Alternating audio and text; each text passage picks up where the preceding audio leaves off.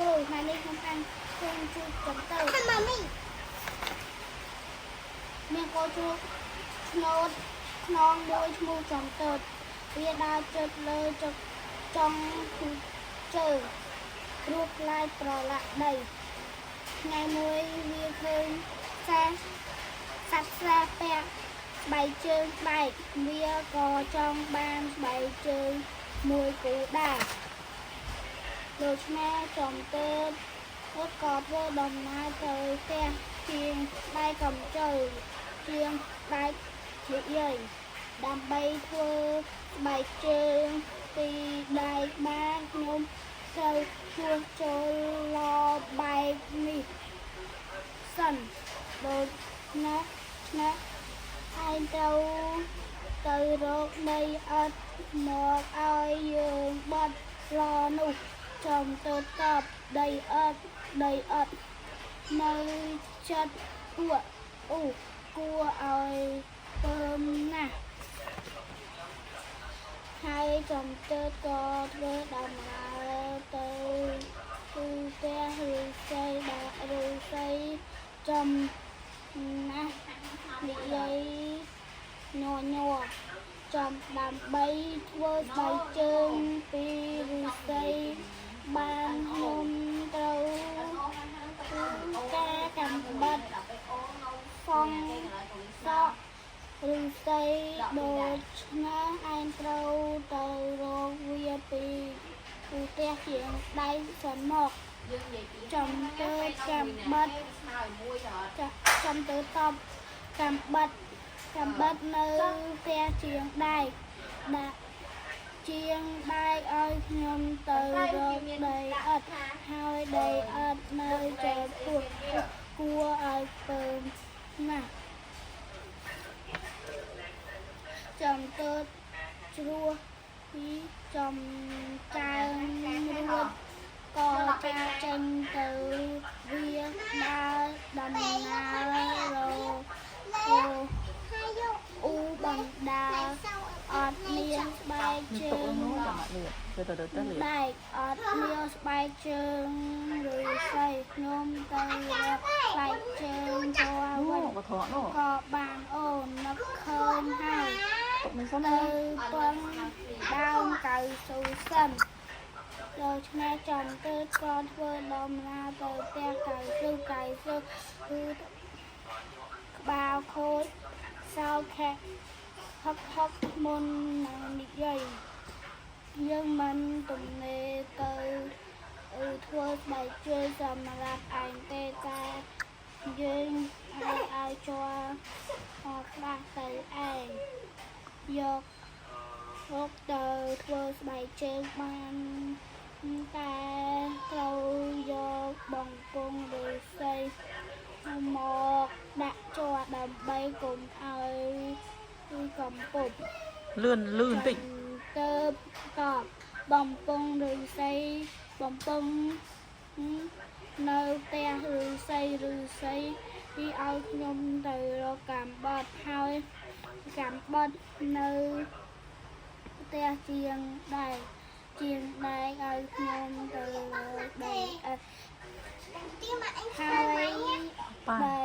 អត់នៅតែប៉ាម្ហូបនោះឆ្នាំងភ័ក្រពួកគួរឲ្យពើណាស់ចំទៅជ្រួចំចៅរួចក៏ចាក់ចេញទៅវាដើរបណ្ដើរបណ្ដើរអត់មានស្បែកជើងដែកអត់មានស្បែកជើងឬស្អីអត់មានស្បែកជើងចូលអត់តើអាចមាន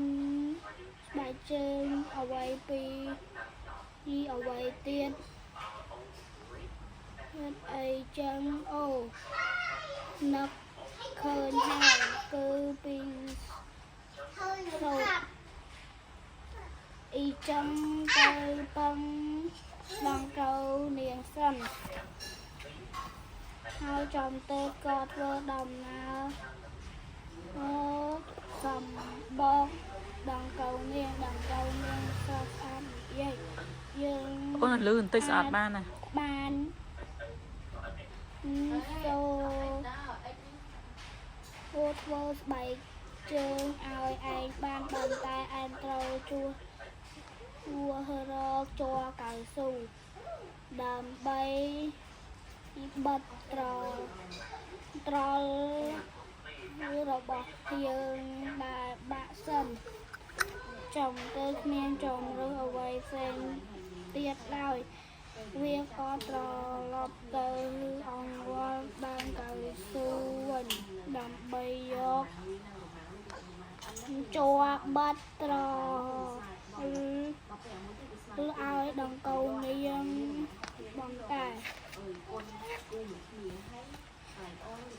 ពេលមកដល់ផ្ទះកៅស៊ូ អូរលឺ ក្បាលខូចសួរទាំងខឹងចង់បានជ័រយើងឯងណាបំពង់ឬស្អីចំទៅគ្មានចំរើសអ្វីផ្សេងទៀតឡើយ